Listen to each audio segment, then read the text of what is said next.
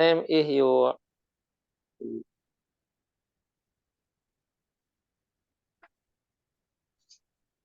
Right. Okay. Assalamualaikum warahmatullahi wabarakatuh. Right. Today, okay, I'm going to present. There's a topic pertaining to the what the organizer has shared. Is all about the quality of life for the cancer patient, and what I'm going to share with all of you is all about the quality of life at the end of life with cancer patient. All right.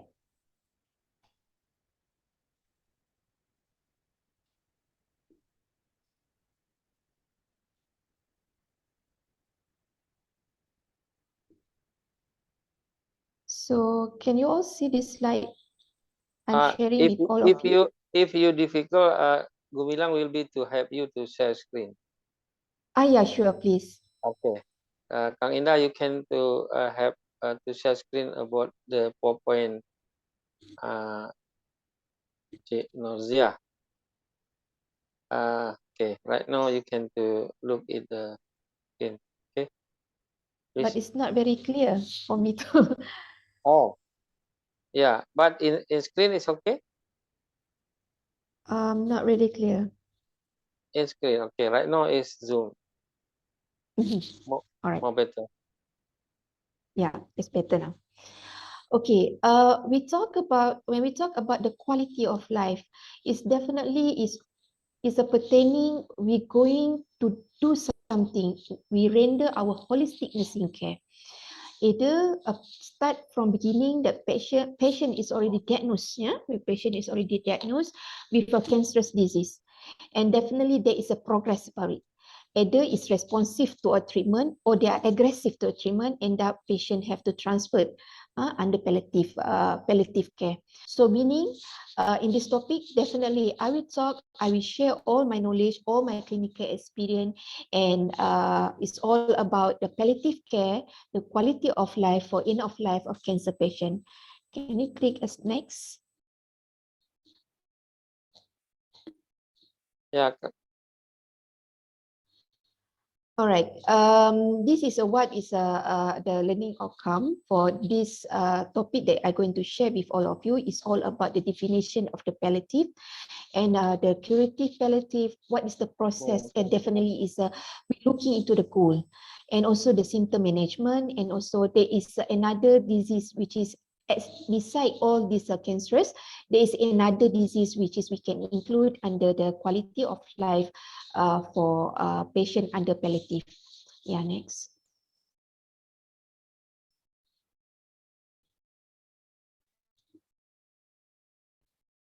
Kang Indah, next slide.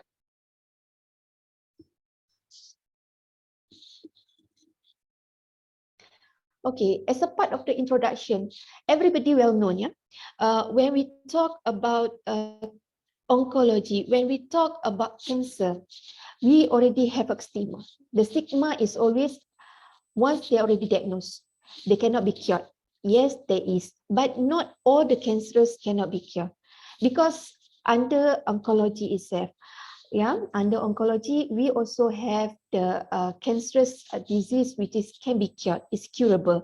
This is set aside under the hematology, which is a patient with a diagnosed with a lymphoma, it can be cured. But when a patient is already at the last stage, at the fourth stage, and they are not responsive, and they are not able to tolerate anymore, and they are no longer to receive all this such treatment that is rendered by the team of the under oncology, so they will transfer under the palliative unit. But before that, everybody need to know it's not that as a ABC we transferred them under the palliative unit, because all this they have to go through. There is a staging workup, and end up this patient have to be called, or the family member have to be called for the family meeting with the 3 consecutive family meeting, so that they will receive full understood why the team, especially the chief consultant for the palliative unit, they has decided for this group of patients need to be transferred under palliative unit, and we have to withhold and withdraw treatment. The reason is we need to provide the holistic nursing care, Yeah, and then in the same time, we want to maintain the dignity at the end of life. This is what we meant under the palliative, the quality of life, the comfort care, the psychology, the emotional, all is lumped into that is under that unit. It's not only we look into what they call into a patient itself, but not to forget, we also need to give a comfort care for the family member. So we can say, when we talk about all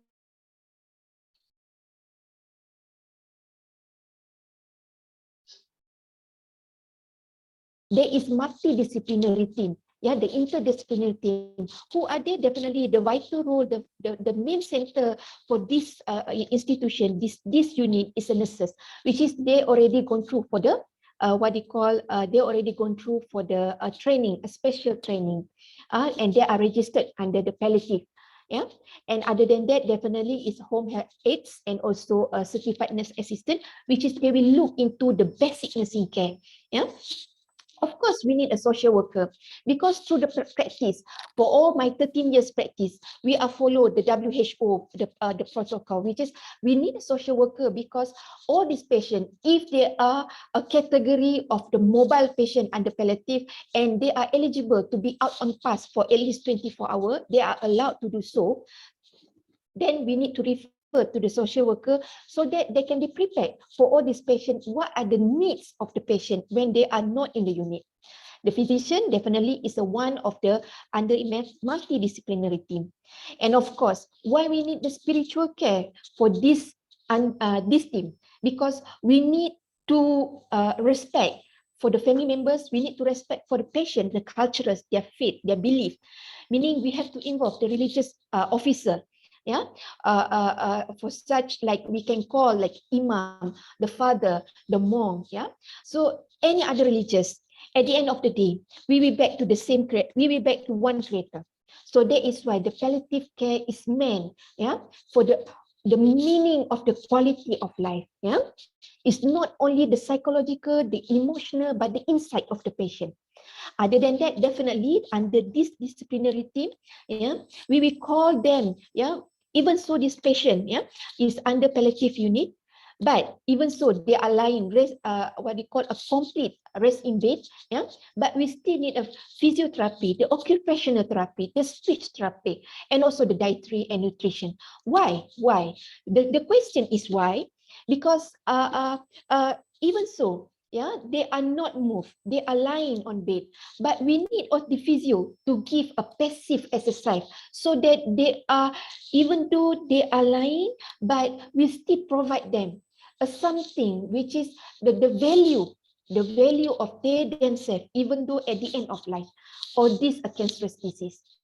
And we need a dietitian and nutrition definitely, because even so they are not able to tolerate orally, but for the palliative patient, we not to forget, they are still receiving through the NGT feeding, through the fat pack tube, or through the what they call total parenteral nutrition. So all these people are we really need under this team. And last but not least, we need the clinical pharmacy so that under the palliative, we also not to look after that, but we treat also the pain symptom. This is a main, we said, a quality of life for end of life cancer patient. Next.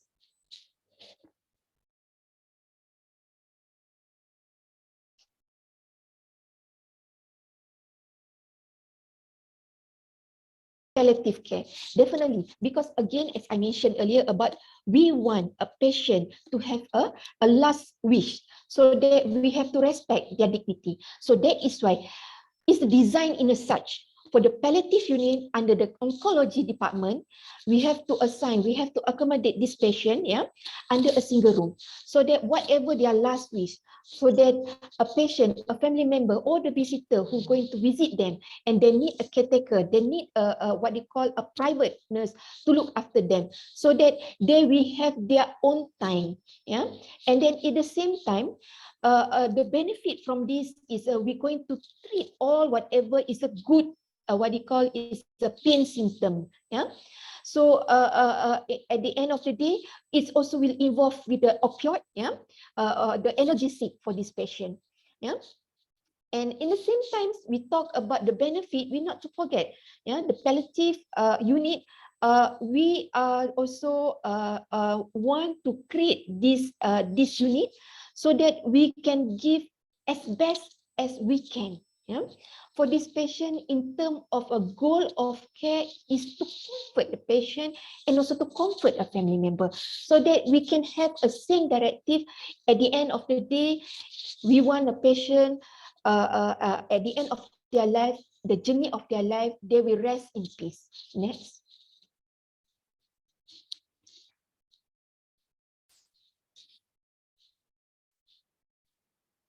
All right. Most of us, I believe, is not only in my country. I think is around the Asian country, we always misconcept about palliative unit and hospice. And this is being scattered around when not only from we as a medical staff, is a novice, I mean, but all as the layman person, they have a same thought that the hospice is the same as a palliative. But when we talk about the palliative medicine, definitely this is a special area that is a team of a bunch of the healthcare provider, what they call is to address for those patients under the oncology, the cancerous disease, who are not what they call is curative, are no longer responsive to a treatment, meaning this patient is already been discussed. Their what they call the chief consultant is already called the family member for the family meeting, meaning they already give the full explanation about they have to withdraw and withhold the treatment, and a patient is stamping under the palliative of care, which is the team will render a full support to this group of patients. And we can say for the hospice is one center we call is outside from the institution of what we can call is hospital. They have their own center, which is one of the program, and also they have the interdisciplinary team. But they also will provide the comprehensive what they call a comprehensive care. But is only for a patient who are for the family member, they are willingly to bring out this patient, their loved one, out from hospital, and they bring to the hospice center. Even so, they are at the terminality. All right, next.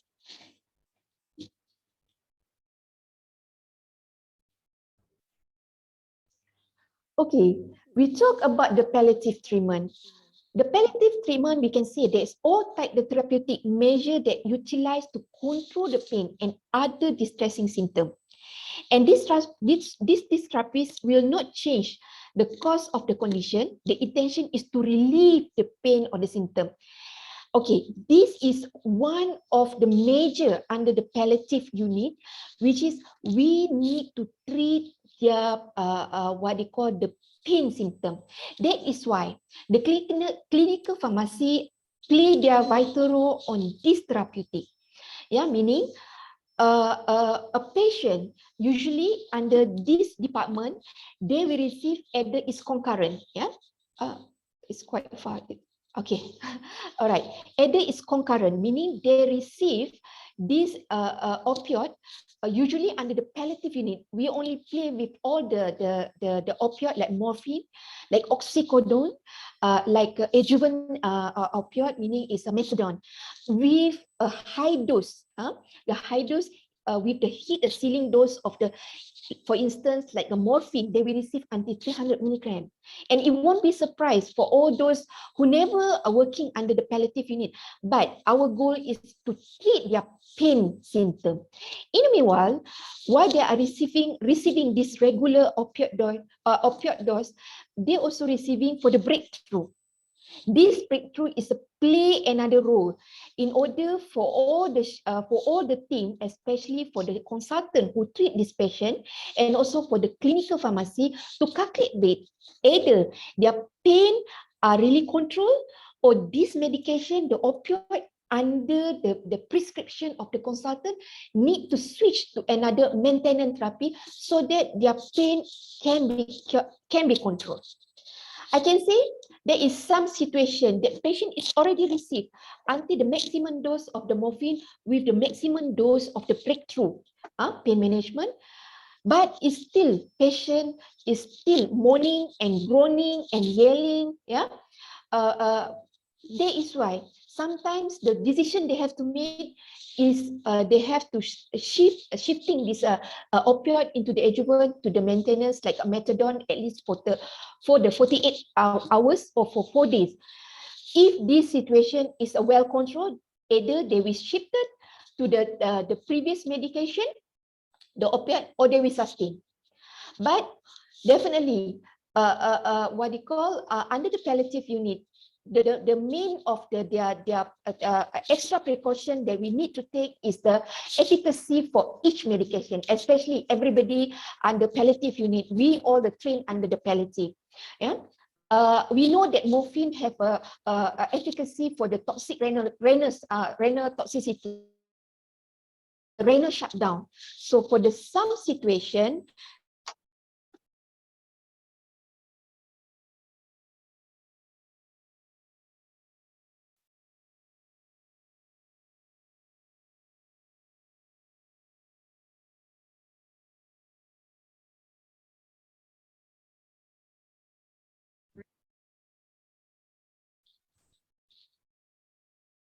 I'm sorry, it's suddenly disconnected.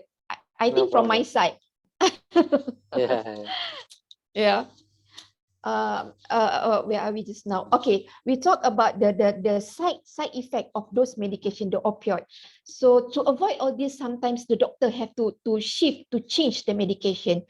That is why, again, even though we want to treat their pain symptom in the same time to ensure that quality of life is there, so we also have to look into the side effect of the medication. Yeah. Next. Okay, we talk about the curative and the palliative model, the balancing between the appropriateness of the attempt, okay, to prolong life, the vigorous palliative management symptom. Of course, we cannot say once the patient is already gasping, we can say that the patient will get back into the normal. No, under the palliative, we want to ensure that the patient will receive a full support. Either it come into the comfort care, come into the psychologically towards the family member, the emotionally towards the family member. And at the same time, we not to forget, this is a part of the acceptance for the family member. Even so, we already done all the family meeting, but in such situation, the denial stage is still there. Yeah. So that is why now we turn into a role of the nurses who are working under this unit. Next.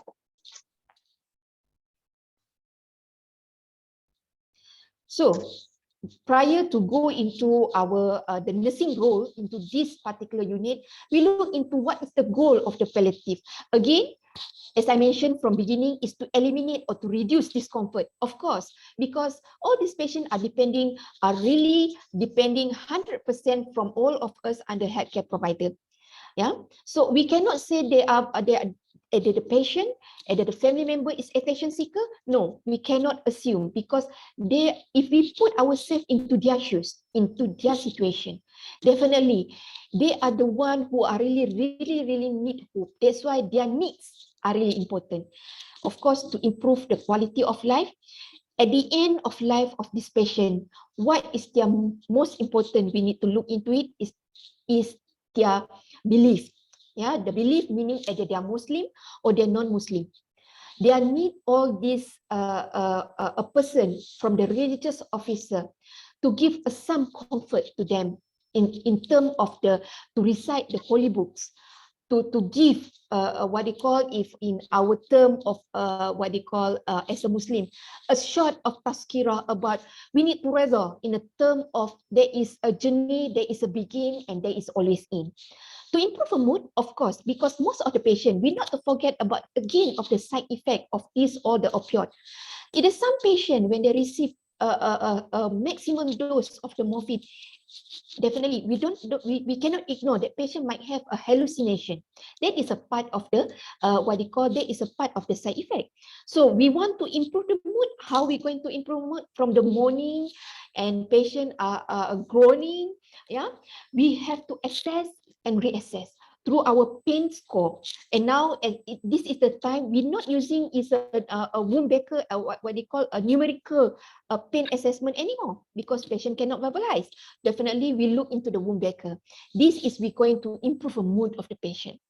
We will talk about a goal, definitely to decrease the pain. That is why there is synchronous, there is similarity between reduce the discomfort, and also to decrease the pain. Next.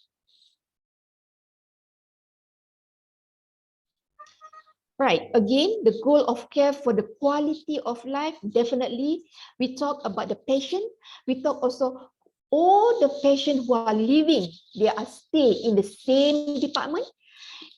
We cannot say that is imaginary, but we can say this is a real situation, which is a patient, a family member are facing in their life.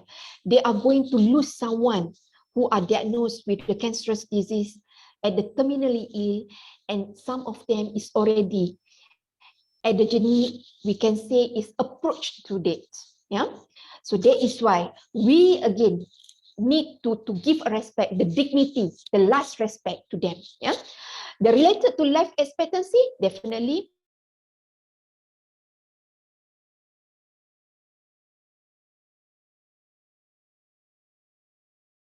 we need to collaborate, we need to communicate towards each other. For instance, why we need in a palliative unit, why we still need to do all these laboratory tests, why we still need to take a blood for a patient? Of course, because even so patient is lying and they not to say gasping, but because even a patient is lying terminally ill at a stage 4, and they are not responsive to the treatment.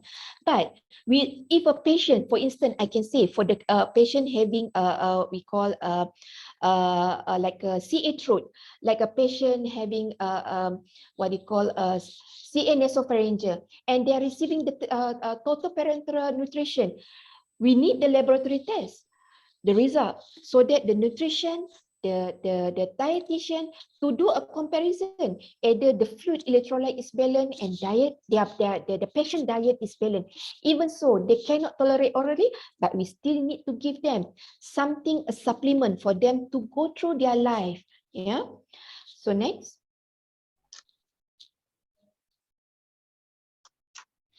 Okay, we talk term of the communication to give a support, okay, for a patient under this palliative unit. It's not a normal communication, definitely. A person who are well trained under the palliative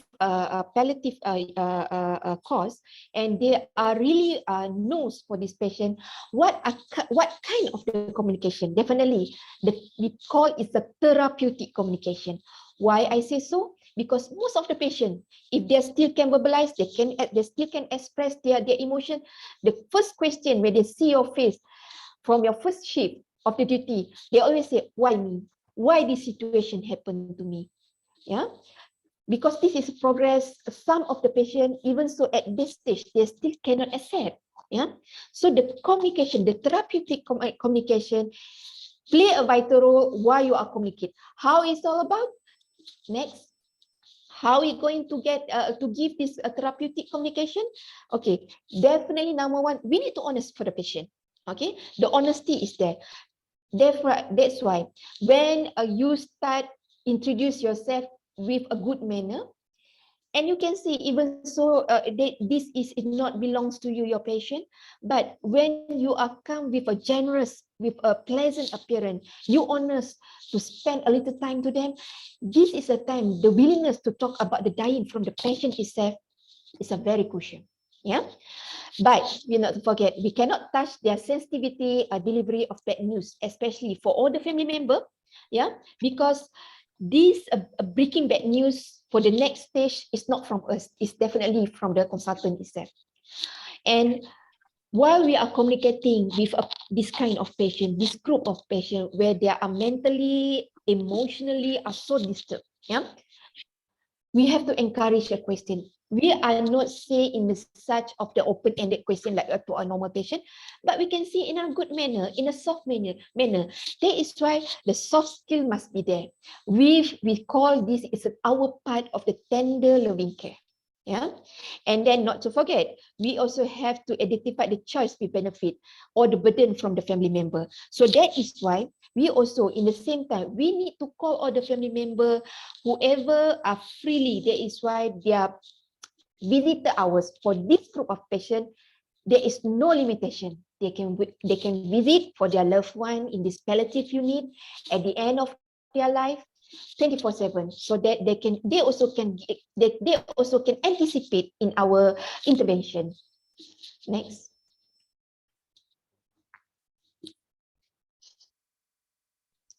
All right, the resident.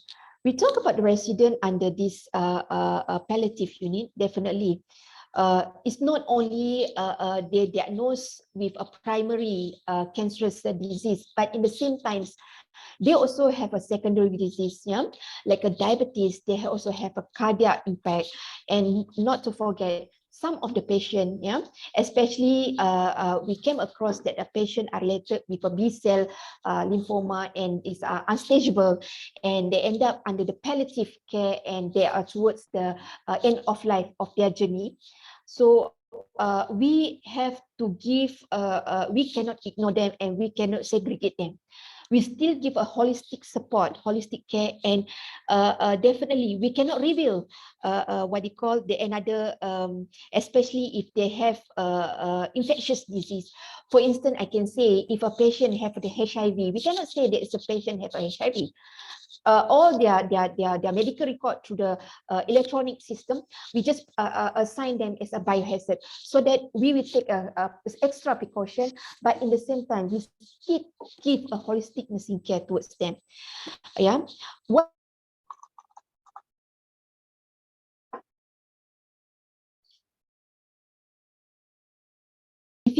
difficulty with the assessment and patient, because some of the patients, some of the family member especially, I can say, they are at denial stage and they are trying to avoid from whatever intervention, whatever nursing care we rendered to them.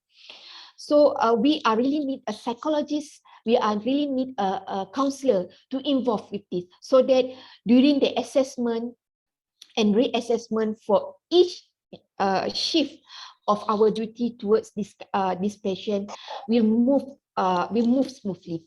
All right. We talk about the high rate of the cognitive impairment. This is always involved with a patient with we call as a resident in a palliative unit. Yeah.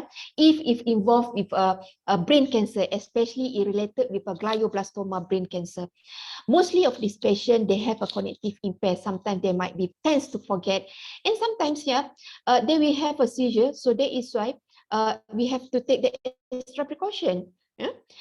So next.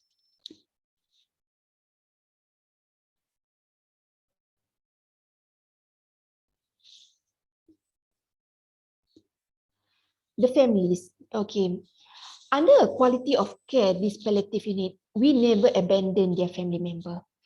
Either they are come from what they call extended family, or they are come from a small group of family member.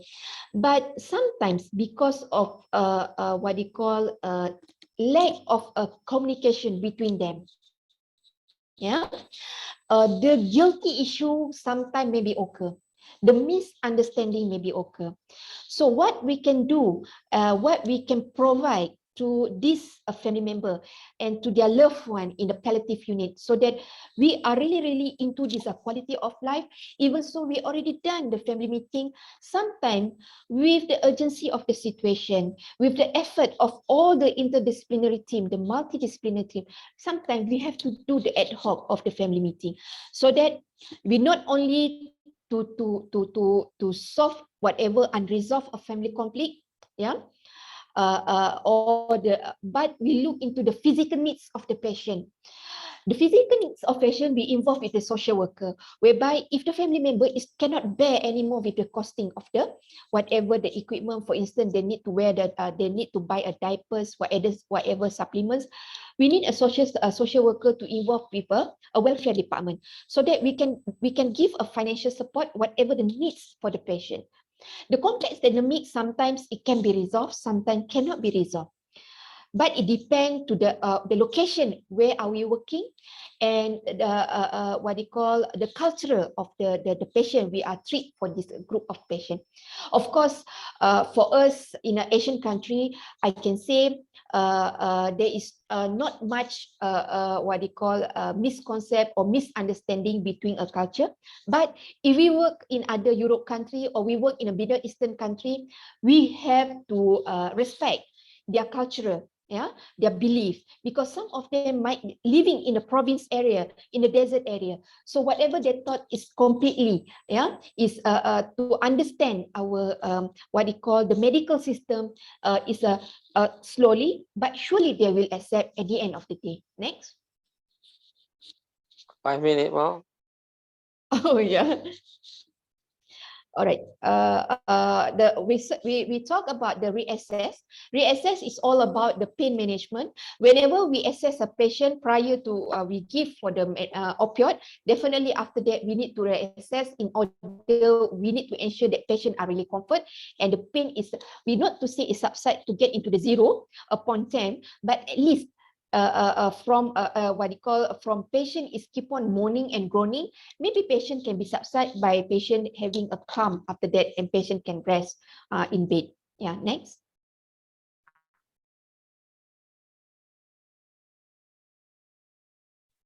All right, trigger for the reassessment, definitely we want to treat for another new symptoms. For instance, if a patient related with, for instance, I can give if a patient diagnosed with what they call CS cervix. Sometimes when we reassess patient, they have another symptoms like a spinal pain. So meaning one we do another what they call radiation, palliative radiation, and then we realize that it's already matched to the spinal cord. So that is why we need to reassess for the patient.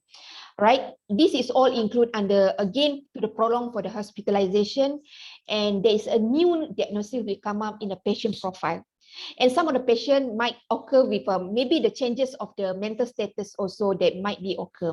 Yeah, next.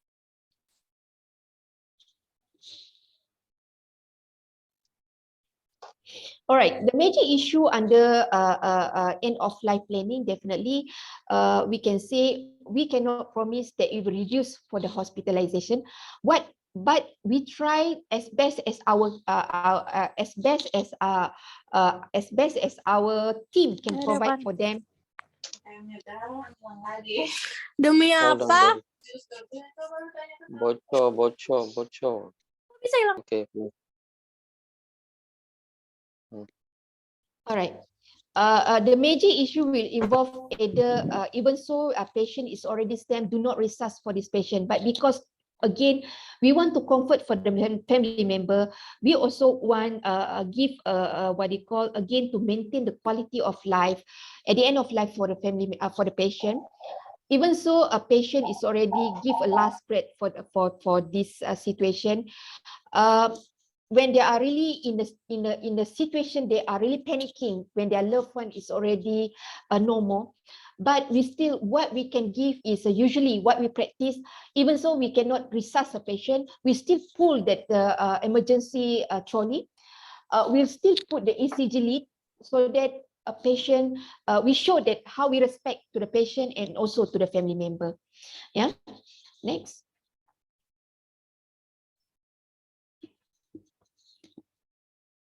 All right, a patient under a palliative care, especially they are at dying process. Yeah, most of them is always in a situation they always fatigue. Okay, as I mentioned just now, pain is always related. It's most common symptom. Anorexia, cachexia also is always there, especially if related with a patient having CA stomach. So that is why sometimes a doctor have to the consultant to look into the regime of the nutrition for the patient. so that they will still will receive fluid electrolyte balance. The constipation is because when they receive of all these opioid, the side effect or the opioid definitely will end up patient with constipation. That is why what we can provide for them is we have to also give a patient like a softened stool. For instance, like we give a what they call the laxative, lactulose. Yeah, dyspnea is sometimes may occur for a patient, and in a such situation, in the trajectory situation, a patient gasping. And when this situation is occur, usually to comfort all the family member and also for the patient, we rendered for this patient, we will provide the high flow mask for the patient so that we will still support with the oxygen for the patient. Yeah, nausea and vomiting sometimes may occur, especially for the patient. Yeah, even so they are at the end of life, but there are sometimes some of them are still mobile with the side effect of the certain medication, especially for the morphine. Sometimes may give a side effect for the nausea and vomiting. So that is why the Kytril, the Zofran, is always play a vital role for as a part of a strong anti-emetic for this palliative unit, palliative patient. Okay. Next. All right.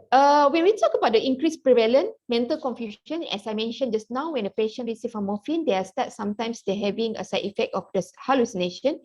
Loss of bladder control, yeah, that is why most of the patients sometimes they cannot what they call control their bladder. So that is why we have to provide either the condom catheter or the Foley catheter for a patient. Or in such situation, they will use a diapers.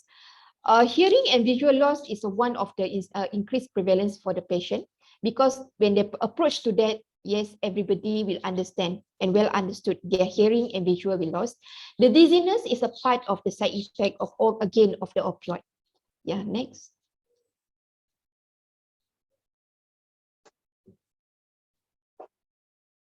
Wow, many. Oh, well, Yeah, this is a repetition. Yeah, the repetition. I think we can go next. Next slide, Kang Indah. Oh, thanks for listening. Sure. Thanks for listening for it. Okay, I look you macam pemberita TV3 je, Cak. Oh Because ya ke? Maybe I dah terbiasa mengajar kan? yeah, betul. Because you are the practitioner, therefore you very influent to translate about your base of experience Yeah, lah. because I'm 13 years under this palliative oncology. Ya. Jadi memang beza orang yang dari dunia praktisi masuk ke akademisi. Jadi sudah seperti air mengalir saja. Oke lah, before Baik.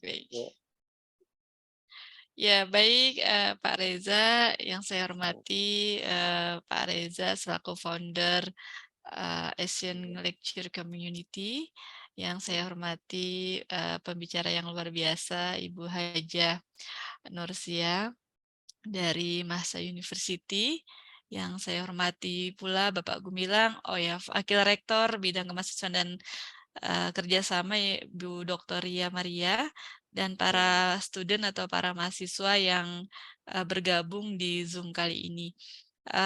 Saya kali ini, kalau Ibu Haza Nurzi membahas terkait dengan quality of life pada pasien kanker, kebetulan memang riset-riset saya lebih banyak kepada pasien hemodialisis.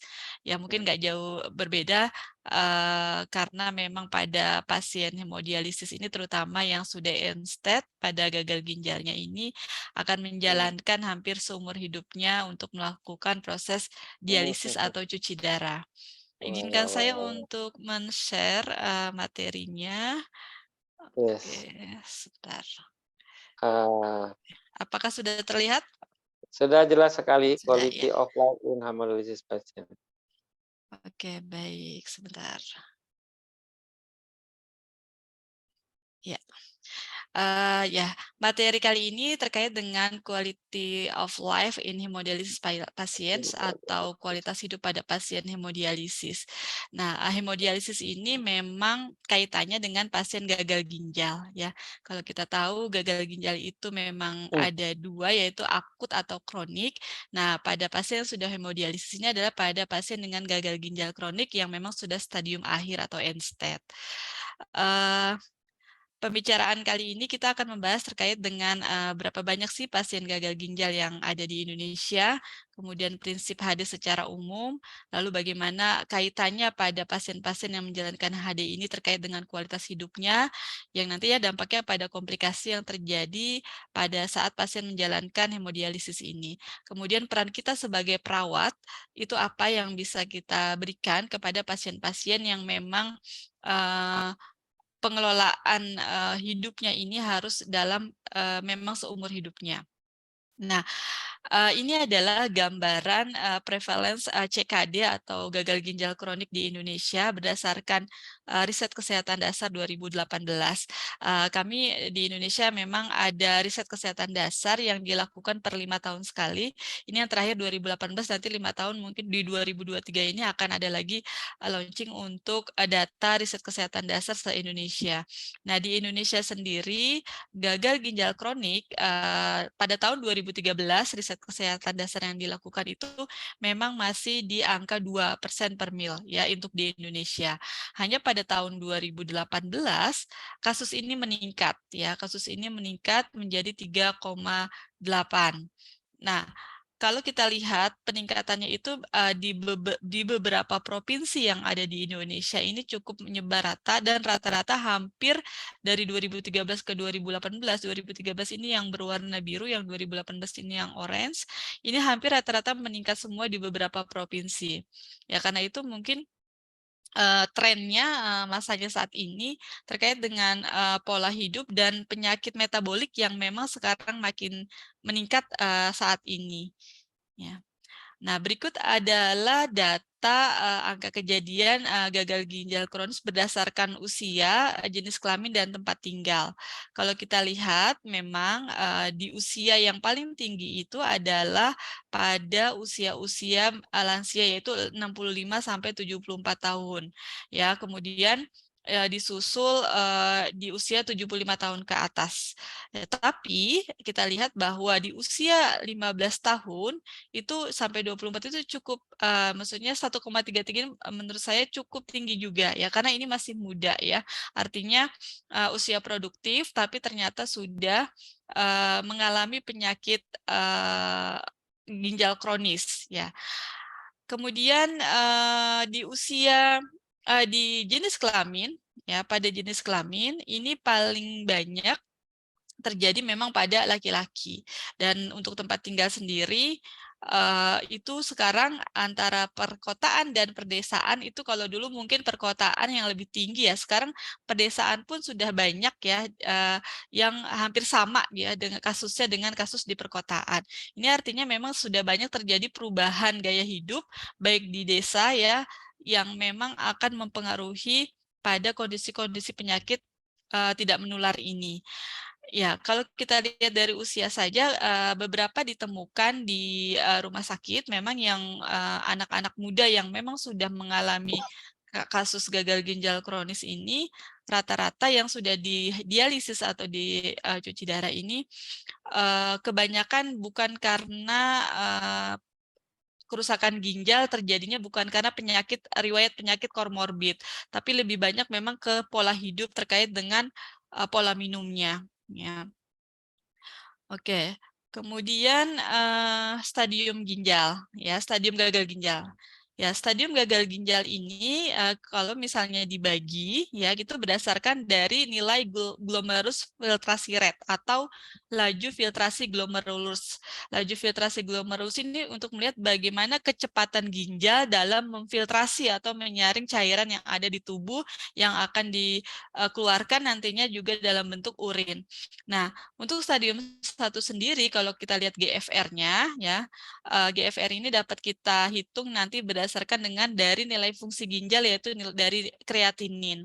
Ya, kalau kita lihat nilai GFR-nya itu masih di atas 90 ke atas. Nah, secara gambaran stadium ini masih dikatakan normal, tapi sudah ada beberapa temuan struktur abnormalitas yang ada ditemukan di urin. Ya, treatmentnya apa? Ya, treatmentnya pada tahap ini adalah masih tahap pengobservasian dan mengontrol tekanan darah.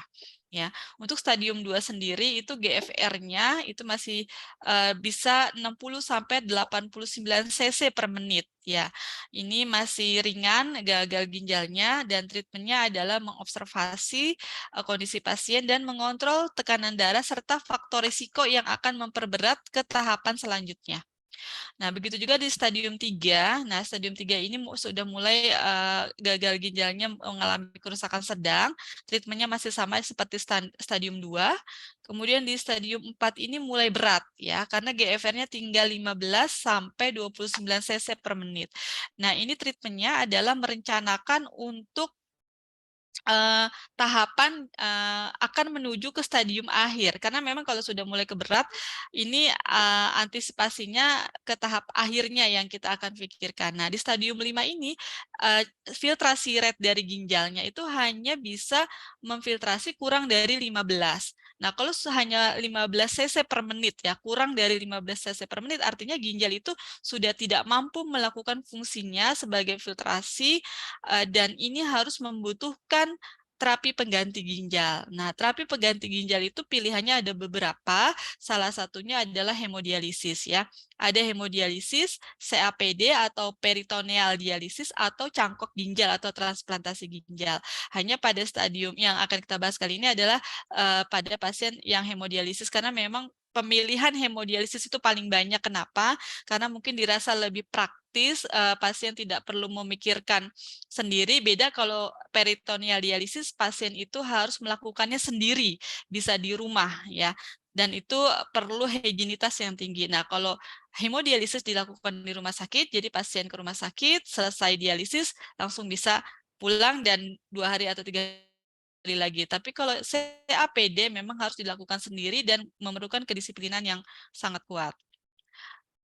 Kemudian ini gambaran yang melakukan hemodialisis di Indonesia berdasarkan data riset kesehatan dasar 2018 ya.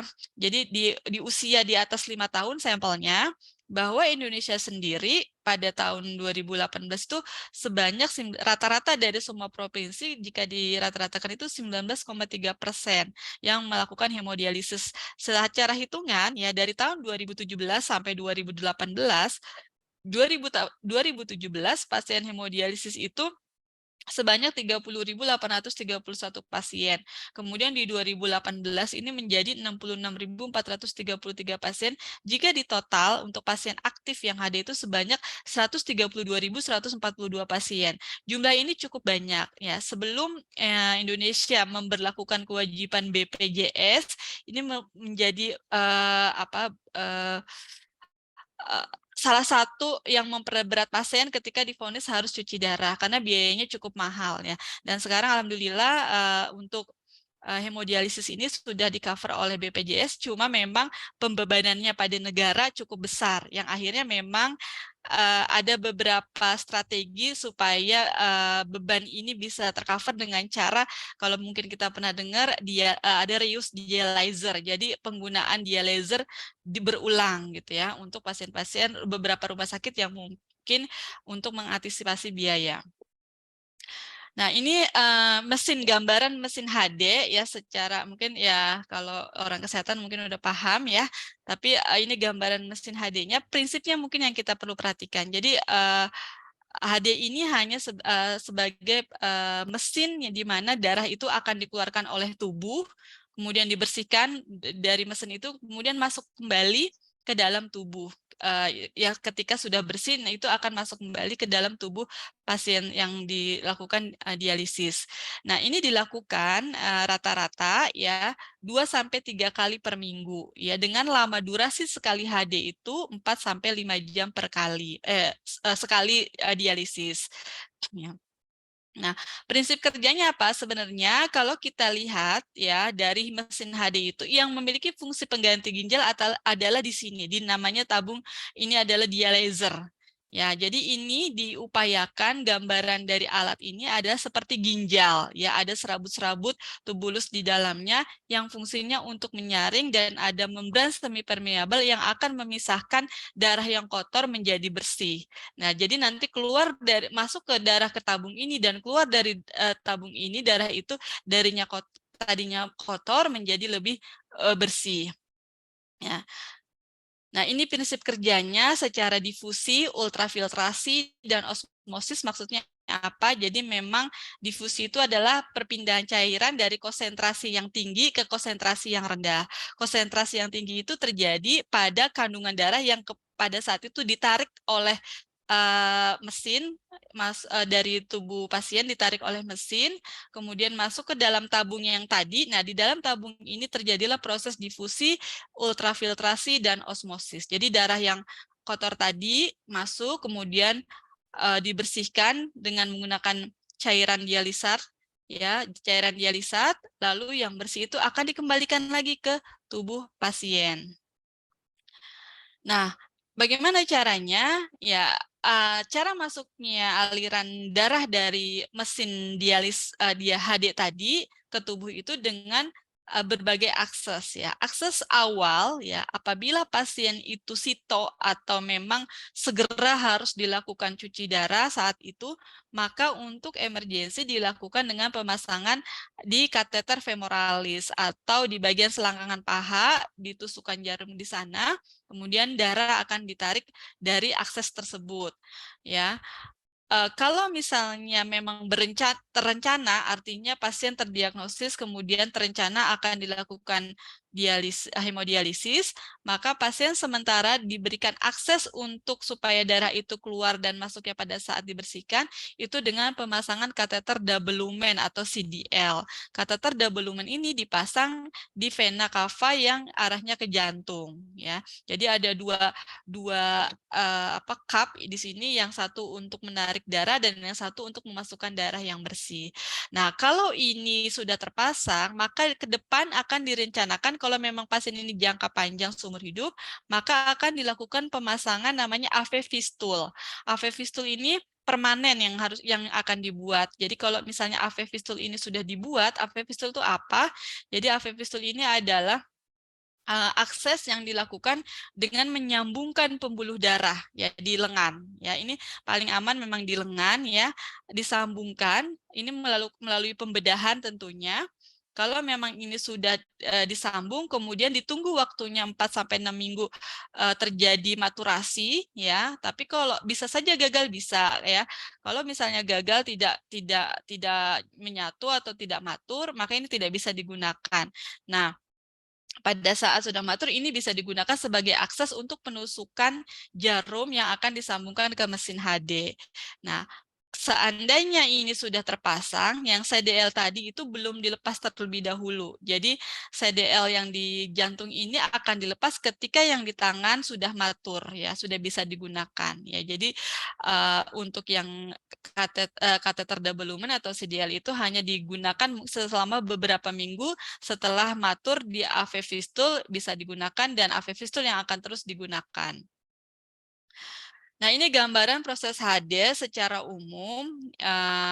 Pasien yang akan ditusuk yang tadi di tempat akses tadi ya di lengan contohnya ya, ada 2 jarum, satu yang akan ditarik ke mesin HD ya. Nah, ini di tabung dialyzer ini yang nanti proses difusi, osmosis, filtrasi ini terjadi. Setelah bersih, maka dia akan dikembalikan lagi ke tubuh pasien. Jadi ada 2 jarum yang akan ditusukkan ke tubuh pasien. Itu secara umum gambaran dari proses HD.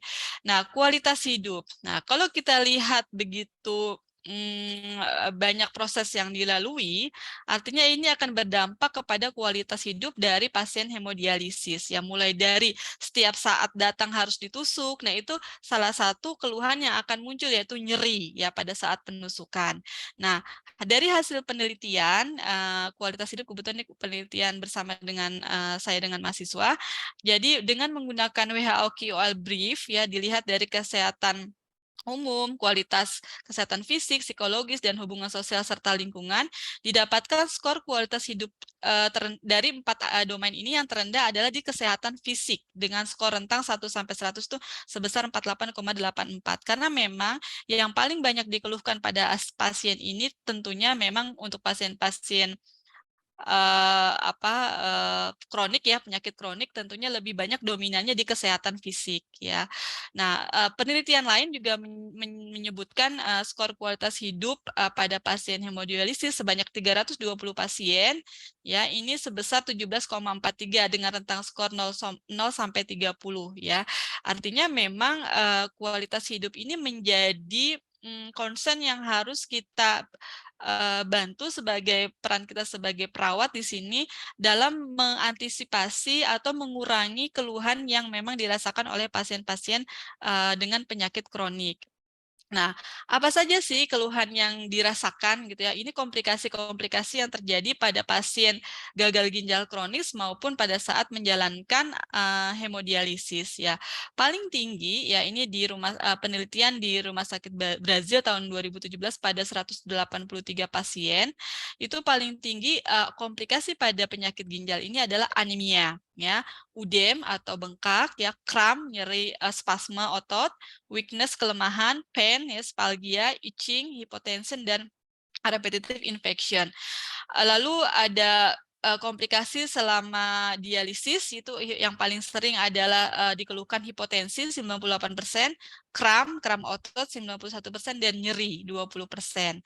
Ya, setelah HD itu yang paling sering dikeluhkan adalah weakness, kelemahan, ya, tidak ada gejala 52%, hipotensi 43%, dan nausea 41%.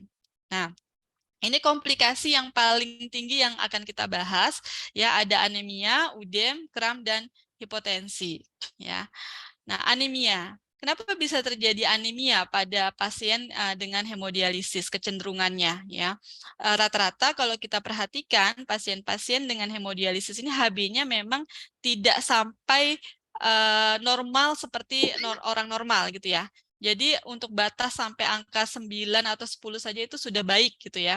Padahal HB normal itu kalau wanita bisa 10 sampai 11, laki-laki 12 13 sampai 13 ya. Tapi kalau pada pasien ini agak sulit untuk mencapai batas normal ya, karena pada kondisi pasien gagal ginjal kronik ini salah satu fungsi ginjal itu adalah mengeluarkan namanya hormon eritropoietin. Nah, hormon ini punya fungsi menstimulasi pembentukan sel darah merah di sumsum tulang belakang. Nah, pabriknya sel darah merah itu kan di sumsum tulang belakang, karena mengalami gangguan pada produksi hormon eritropoietin ini, maka pembentukan sel darah merahnya pun terganggu. Nah, sel darah merah itu kandungannya ada hemoglobin. Nah, kalau misalnya ini terganggu, maka kecenderungannya hemoglobinnya rendah. Hemoglobin ini atau HB ini, dia itu bagusnya adalah berikatan dengan oksigen. Nah, ketika HB-nya rendah, maka oksigen yang terikat dengan HB juga menjadi rendah. Apa akibatnya? Oksigen yang rendah ini akan mengakibatkan tubuh kita, sel di tubuh kita mengakibatkan terjadi metabolisme anaerob. Ya, metabolisme yang bagus itu adalah metabolisme aerob ya. Dia akan menghasilkan energi. Jadi kita bisa beraktivitas itu ketika sel-sel tubuh kita cukup oksigenasinya sehingga menghasilkan energi sebesar kurang lebih, kalau kita ingat lagi siklus Krebs, itu kurang lebih 36 sampai 38 ATP energi kita untuk beraktivitas. Tapi pada kondisi anaerob itu hanya menghasilkan sedikit energinya, yaitu kurang lebih 2 ATP. Nah, ini yang mengakibatkan keluhan, kelemahan, atau fatigue ini sering terjadi pada pasien gagal ginjal kronis. Nah, pada penelitian, kebetulan ini penelitian saya juga, pada 148 responden pasien hemodialisis di salah satu rumah sakit daerah Serang, ya, ini rata-rata nilai hemoglobinnya itu sebesar 8,65 gram per desiliter, ya, dengan GFR-nya rata-rata pasiennya 10,95. Artinya memang nilai HB ini, ya, di angka tersebut rata-rata memang kebanyakan pasien-pasien ini mengalami penurunan HB di bawah border dari batas normal. Nah, kemudian udem yang komplikasi yang atau yang sering dikeluhkan oleh pasien hemodialisis ya, yaitu UDEM itu atau istilahnya bengkak gitu ya kalau orang awam. Kenapa sering terjadi overload cairan pada pasien-pasien gagal ginjal kronis ini ya? Karena fungsi tadi filtrasi, reabsorpsi dan sekresi pada ginjal ini tidak terjadi ya, karena ginjalnya rusak, maka cairan itu tertahan di tubuh, tidak mampu dikeluarkan via urin. Akibatnya apa? Volume dari pembuluh darah, ya ini gambar pembuluh darah, volume dari pembuluh darah atau volume plasma ini menjadi meningkat karena penuh, ya ibaratnya penuh. Nah, kalau sudah meningkat, apa yang terjadi? Akan terjadi peningkatan tekanan hidrostatik. Peningkatan tekanan hidrostatik ini akan mengakibatkan cairan yang ada di pembuluh darah ini merembes keluar, karena dinding pembuluh darah itu sifatnya semi permeable, tidak rigid ya. Kalau semi permeable ketika ini penuh, maka dia akan mengeluarkan sebagian kelebihan cairannya ke luar dari pembuluh darah atau disebutnya interstisial.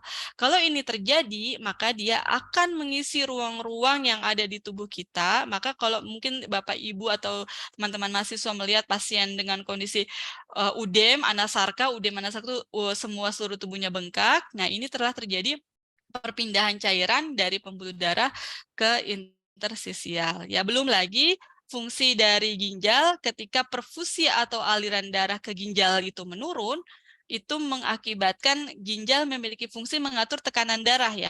Kalau dia mengatur tekanan darah, dia akan mencoba meningkatkan tekanan darah supaya perfusi ke ginjalnya menurun.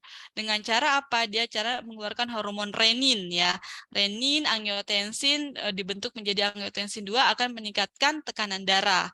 Nah, hormon angiotensin ini juga mensekresi hormon aldosteron yang akan nantinya hormon ini bisa meretensi atau menahan garam natrium. Nah, garam kita ketahui kalau tinggi di tubuh seseorang atau pasien, ini akan menahan cairan. Makanya kenapa salah satu tindakannya adalah ketika pasien dengan overload cairan, pembatasan garam atau pembatasan natrium. Karena kalau garam terlalu tinggi ini akan menahan cairan dan akhirnya menambah proses overload atau UDEM pada tubuh pasien. Nah, kemudian yang berikutnya, keluhan yang lain adalah spasme atau kram otot. Ya, apa penyebabnya? Ya, pada saat ini terjadi spasme atau kram otot ini banyak terjadi pada saat proses hemodialisis atau proses cuci darah. Kalau tadi anemia, UDEM itu bisa terjadi di luar pada saat setelah hemodialisis. Ya, tapi kalau spasme atau kram otot ini sering terjadi pada saat hemodialisis karena yang pertama itu terjadi pengeluaran cairan dalam jumlah besar. Jadi pada saat cairan ditarik ke mesin, itu akan banyak cairan yang keluar, itu bisa beresiko membuat hipotensi pada pasiennya. Karena itu makanya monitor kita di ruangan itu per jam memang dilihat adalah hemodinamiknya mulai dari tekanan darah, suhu itu kita monitor per jamnya. Kemudian terjadi perubahan elektrolit ya. Tadi cairan yang ditarik itu kan akan membawa nilai-nilai elektrolit yang di tubuh. Kalau misalnya ini terjadi pengeluaran natrium yang sangat cepat dan mengakibatkan kadar kalium rendah, karena kalium ini fungsinya untuk mengatur kontraksi otot, nah ini bisa mengakibatkan kram pada ototnya. Nah, kemudian target pembuangan cairan yang tidak akurat ya, ada namanya ultrafiltrasi rate ya, ini berapa pemberian UFR pada pasien ini, kalau tidak sesuai dengan target yang memang disesuaikan dengan pasien ini akan bisa berdampak pada kondisi spasme dari ototnya. Ya, baik, nursing care in hemodialysis patient ya, kalau kita lihat permasalahan keperawatan pada pasien-pasien ini sebenarnya kompleks banyak sekali ya, belum psikologisnya ya, ini fisiknya saja itu sudah seperti ada kelebihan volume cairan ya, gangguan perfusi, kepatuhan pembatasan cairan ini sekarang menjadi tren karena pasien sebenarnya sudah tahu harus minum dibatasi, tapi ternyata banyak yang melanggar. Akhirnya overload itu sering terjadi atau UDEM sering terjadi karena ada salah satunya faktor kepatuhan pembatasan cairan yang tidak dilaksanakan. Kemudian masalah yang lain adalah terkait dengan nyeri ya. Nah, kita lihat manajemen anemianya dulu ya.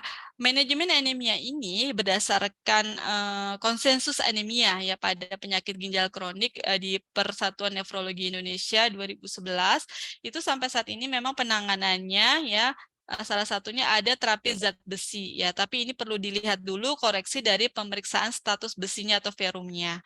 Kemudian berdasarkan hasil penelitian lain diperoleh juga bahwa terapi tunggal ialah obat EPO ya disebutnya, atau terapi epoetin yang tadi hormon eritropoetin dibentuk di sini obatnya 50%, dan transfusi PRC 15% ini ternyata dapat meningkatkan kualitas hidup dari pasien. Jadi memang sampai saat ini untuk manajemen anemia ini masih memang menggunakan EPO, kemudian transfusi. Nah, pada saat kapan diberikan terapi EPO atau obat ya, ini diberikan jika HB-nya kurang dari 10 gram per DL. Ya, dan penyebab anemia ini kita lihat dulu HB-nya tadi kurang dari 10 gram per DL. Kita mencapai target untuk terapi ini, ada target capaiannya dengan HB 10 sampai 12 gram per DL. Nah, indikasi untuk transfusi transfusi darah ya, itu kalau kita melihat nilai hasil labnya itu kurang dari 7 gram per DL ya dengan atau tanpa gejala anemia, atau HB-nya kurang dari 8 gram per DL dengan gangguan kardiovaskuler yang nyata, dan kita punya capaian target bisa mencapai HB dengan transfusi itu 7 sampai 9 gram per DL. Jadi kalau misalnya pasien sudah nilai HB-nya di bawah 8 ya, itu kita sudah persiapkan untuk transfusi PRC untuk mencapai target ideal untuk pasien penyakit ginjal kronik ini. Oke, baik. Kemudian IDWG atau intradialytic weight gain, apa ini ya? Nah, ini yang paling sering dikeluhkan pada pasien-pasien hemodialisis ya. Pasien tadi di hemodialisis itu seminggu 2 kali. Ada yang seminggu 3 kali. Ya, rentang dari seminggu 2 kali atau seminggu 3 kali ini pasti akan ada penambahan berat badan. Ya, pada saat pasien datang ingin HD, pasien akan ditimbang berat badannya. Ya, kemudian setelah selesai HD, dia akan ditimbang lagi berat badannya. Nah, lalu hari berikutnya datang, pasien akan ditimbang lagi berat badannya pas datang. Nah, dia akan dilihat berapa sih, apakah ada peningkatan berat badan antara pada saat pasien kemarin selesai HD dengan pada saat pasien baru datang saat ini HD. Nah, penambahan ini kalau melebihi toleransi akan berdampak pada kualitas hidup dari pasien. Salah satunya apa tadi? Overload yang akan berdampak pada sesak. Ya. Nah, pertambahan berat badan di antara 2 sesi ini dapat ditoleransi menurut Lewis itu 1 sampai 1,5 kilogram. Atau kalau dalam persentase itu bisa ditoleransi 2,5% sampai 3,5% dari berat badan kering. Ya, maksudnya apa ya? Nah, oke, kita coba contohkan di sini gambarannya ya. Jadi ini juga ada yang menyatakan bahwa lebih dari 3% berat badan kering dikatakan meningkat, kurang dari sama dengan 3% dari berat badan kering dikatakan dapat ditoleransi oleh tubuh. Misalnya berat badan kering ini adalah berat badan setelah HD. Setelah selesai HD ditimbang berat badan keringnya 54 kilo. Kemudian dia pulang di rumah 2 hari, dia udah minum, dia sudah makan macam-macam.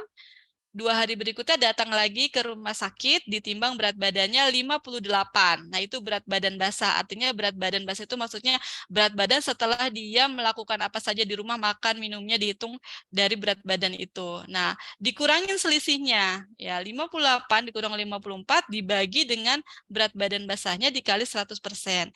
Ternyata pasien ini mengalami peningkatan 6,89% atau 7%. Artinya berat badan kenaikan ini tidak dapat ditoleransi, yang ini akan berdampak pada kondisi pasien tersebut. Mungkin pasien datang dengan keluhan sesak, udem, yang akibatnya ini akan mempengaruhi organ lain. Walaupun misalnya nggak ada gejala, tapi pasien udem ini akan mempengaruhi organ lain seperti jantung dan paru. Dia harus bekerja lebih kuat untuk mendistribusikan aliran darahnya dengan kondisi udemnya. Apa yang terjadi? Hipertensi ya. Nah, ini yang akhirnya kadang-kadang kesulitan kita sebagai tenaga kesehatan ini adalah mengingatkan berapa yang diperbolehkan oleh pasien untuk mengkonsumsi cairan, dan kadang-kadang ini seringnya dilanggar oleh pasien karena memang dampaknya adalah akan haus atau dehidrasi. Nah, ini manajemen cairan yang mungkin perlu kita ajarkan kepada pasien. Ya. Berapa sih pasien ini boleh meminum pada pasien gagal ginjal ini? Karena mereka sudah harus dibatasi minumnya. Tidak seperti kita yang normal, kita bisa bebas minum dengan 2,5 sampai 3 liter per hari, tapi pada pasien ini tidak bisa sebebas itu untuk mengkonsumsi cairannya. Ya, menurut Copley dan Marsri ya, konsumsi cairan yang diperbolehkan oleh pasien hemodialisis itu hitungannya adalah 600 cc ditambah urin output ditambah external water loss. Ya, jadi urin outputnya itu pasien kita minta untuk mengumpulkan selama 24 jam.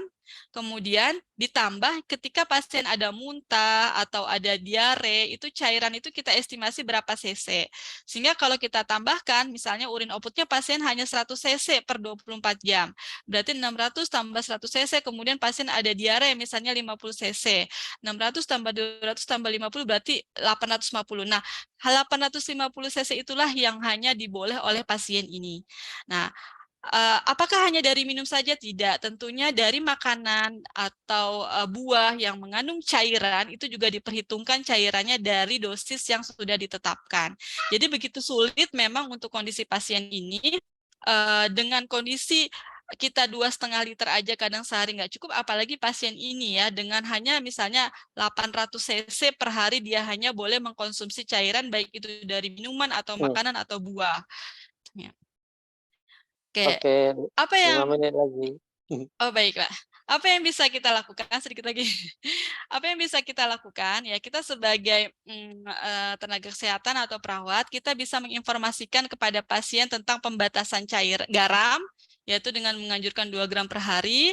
Kemudian rasa haus itu akan muncul dengan kondisi konsumsi cairan hanya sedikit. Dengan cara apa mengurangi atau mengurangi rasa haus itu? Kita secara penelitian ini pasien bisa disarankan dengan mengunyah permen karet. Pertama itu. Kenapa permen karet ini? Karena bisa membuat hipersalivasi atau liur itu akan muncul banyak sehingga mengurangi rasa haus. Atau dengan menggunakan ice cube atau mengambil dosis yang tadi disarankan sedikit, kemudian dibentukkan es batu kecil-kecil yang bisa dilakukan ketika haus, dia bisa menghisap dari es batu tersebut sehingga tidak menambah dosis cairan yang telah ditetapkan. Nah, kemudian ini manajemen kram ya atau nyeri otot, apa yang dilakukan ketika sering terjadi pada pasien pada saat HD, yaitu paling aman memang kita pertama lakukan masas ya pada area yang kram ya. Dimasas pada area yang kram, kemudian sebelum dialisis bisa stretching terlebih dahulu, bahkan ada yang melakukan pada saat dialisis dengan melakukan pedal exercise ya, sepeda statis selama dialisis dan mengurangi kalau memang UFR terlalu nggak kuat dengan pemberian dosis tersebut, bisa mengurangi nilai UFR pada mesin HD-nya. Kemudian ini untuk manajemen hipotensinya ya, memperlambat atau menghentikan ultrafiltrasi kalau pasien memang sudah sangat nggak kuat ya kita bisa hentikan ultrafiltrasinya, kemudian tempatkan pasien pada posisi Trendelenburg itu posisi kepala lebih rendah dan mengurangi laju aliran dari darah di mesin HD-nya. Kemudian ini dukungan psikologis ya, dukungan psikologis ini sangat penting karena ini kaitannya dengan kepatuhan pasien pada saat di rumah ya. Di rumah sakit bisa diintervensi dengan tenaga kesehatan, tapi ketika di rumah ya ini perlu bantuan oleh support system di keluarga terutama ya. Di keluarga kita bisa mengingatkan bahwa cairan yang boleh diminum ya, menyediakan dosis cairan yang diminum oleh keluarga. Jadi keterlibatan keluarga ini sangat dibutuhkan supaya pasien bisa taat terhadap program pengobatannya. Baik, ini kurang lebih referensinya. Terima kasih. Assalamualaikum warahmatullahi Wow. wabarakatuh. Mohon maaf jika ada kekurangan. Ya, sama-sama lancar banget ya, sudah menguasai medannya. Ini ada beberapa pertanyaan sudah masuk di email saya dan selalunya saya mengambil dua orang saja karena masanya sudah injury time. Oke, the first for this first speaker untuk Puan Norzi dari Dwi. Very interesting sharing Puan Norziah. I get new experience from you sharing. Okay, regarding quality of life for cancer, especially palliative nursing. Okay. While COVID pandemic era, many conditions very difficult regard nursing to COVID patient because family will be to impact from the case of COVID pandemic situation. What lesson learned very important for us to next time pandemic. Itu dia tanyanya. Jadi mungkin dia maksudkan nih masa itu kan nak caring and nursing itu kan dia boleh ke impact juga kan. Apa yang perlu diambilkan pelajarannya pada masa COVID dulu, kira macam itulah. Okay, nombor 2, Sari. By my perception, public in Indonesia not yet popular regard palliative nursing. Then curative and rehabilitative nursing. What the condition in Malaysia? Is the all of nursing student must be get palliative nursing subject? Itu dia tanya.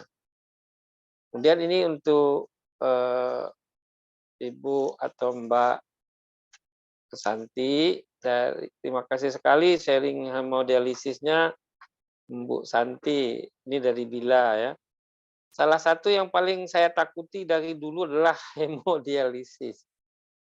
Saya menyaksikan sendiri seorang tetangga, bapak-bapak, yang awalnya cuci darah 2 bulan sekali, kemudian menjadi sebulan sekali, kemudian jadi seminggu sekali, sehingga beliau pun meninggal dunia.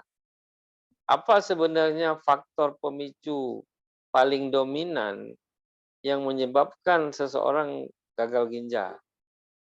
Adakah bisa dikembalikan fungsi ginjal itu kalau sudah kena cuci darah? Kemudian yang kedua dari Mira. Baru-baru ini di Indonesia dihebohkan banyak anak-anak terkena sakit ginjal gara-gara minum sirup. Apa sebenarnya yang terjadi sehingga kok anak-anak bisa terkena juga sakit ginjal? Begitulah 2 masing-masing pertanyaannya, boleh dijawab dalam 4-5 menit sahaja ya, sudah masuk injury time. Silakan. Alright, okay. It's a quite interesting question, which is most of the a layman person they will always ask during the pandemic. Okay, what happened to all the palliative patient? What happened to all the family member? Do they can visit the patient? Okay, because during the pandemic, I also affected because I can say affected in terms of from academic. Because of the urgency, we need all the kita panggil apa tu orang yang sangat diperlukan waktu pandemik ni adalah jururawat. Jadi okay, I'm working over the period of the pandemic. So how we maintain we deliver the nursing care towards the patient. Definitely we have to follow the protocol during that period for the based under the WHO during the darurat time lah. We have to really follow the full PPE of the pandemic situation. And during that time, no one, although the palliative unit, there is no limitation, there is no limitation for the family member to visit, but during that time, it's only allowed, per visit is only allowed 1 person with the justification of the shift consultant. So even they come to the hospital, they have to obey the protocol of the full PPE during the pandemic of the COVID-19. That is number 1 of the question that answer for it. Okay, number 2. Okay, number 2 I answer, that is a very interesting and I like that question. Of course, in Malaysia, we are starting expand our palliative unit, which is number 1 is started from Institut Kanser Negara in Putrajaya. We collaborate with MAGNA, Majlis Kanser Negara. And we already, this Institute Kanser Negara is designed in such, for the palliative unit with the extensive equipment. Okay, walaupun dia tidak besar untuk palliative, tetapi disebabkan keperluan di waktu ini, okay, I think I can mix up this bahasa.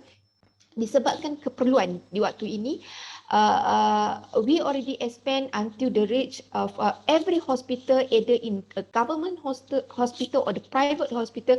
We allocate, there is one unit, at least 5 beds for the palliative patient. And starting from 2018, we already have a post-basic, the advanced diploma in palliative is started in 2018, which is a number of staff very well trained for the palliative is a 15, is under Dr. Richard, is the pioneer for it, pioneer for the palliative. Yeah, I think I already answered for the both question. Yeah. Jadi therefore the student of the student of Malaysia Nursing College must be to get the Yes. palliative.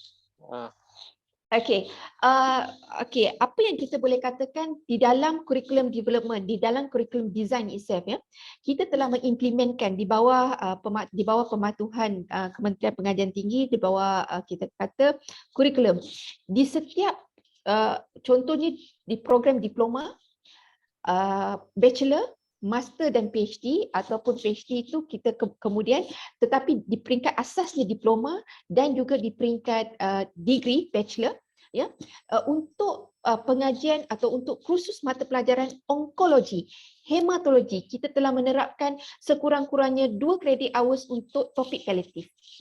So kita ada terapkan di dalam pengajian kurikulum di college dan juga di universiti.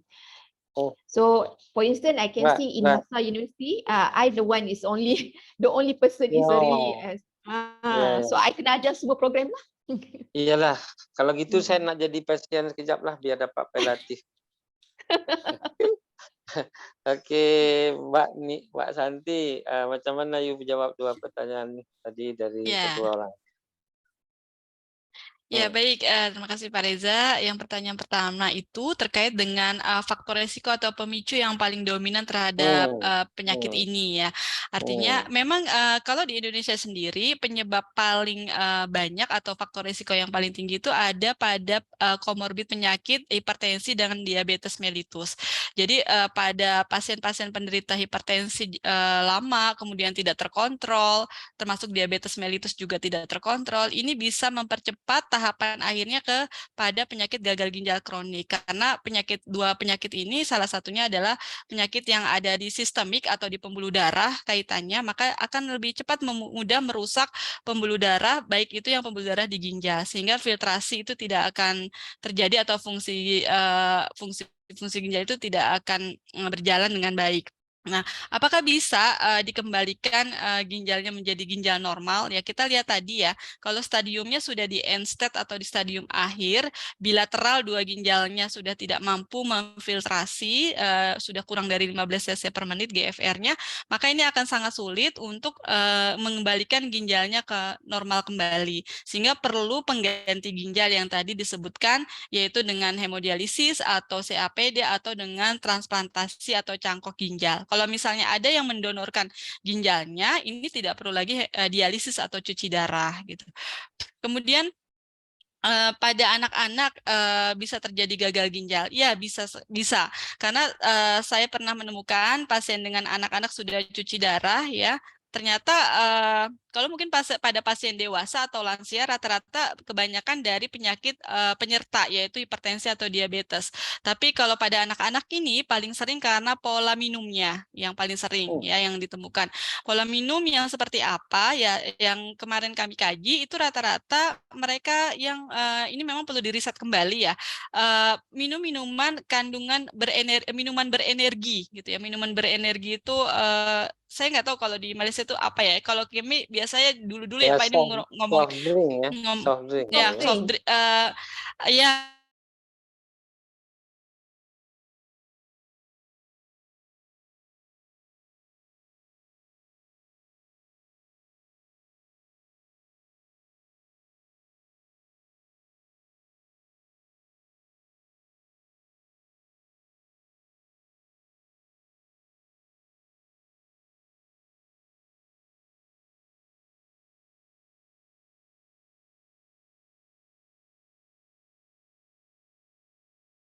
senior lecturer of nursing Ibu Yuyun. Ibu Yuyun, Ibu mau komen sedikit kah sebelum kita kena pergi ke last session? Kalau available, Bu Yuyun boleh unmute untuk mungkin komen by your experience. Ibu Yuyun ini dari Nursing College, my network ya. Tapi saya tidak tahu apakah dia kondisinya available untuk bercakap. Takutnya dia mungkin dalam kereta ke atau dalam dalam masuk di sini kereta api dan sebagainya lah. Oke, before closing remark, Indah Gumilang will be to share the last song by video for the second refreshing only 3 minutes. Tapi biar 3 minit. Bila one. All right. Yeah. What I can see, I wish this whatever sharing knowledge I rendered to all of you, it will be useful and benefit to everyone.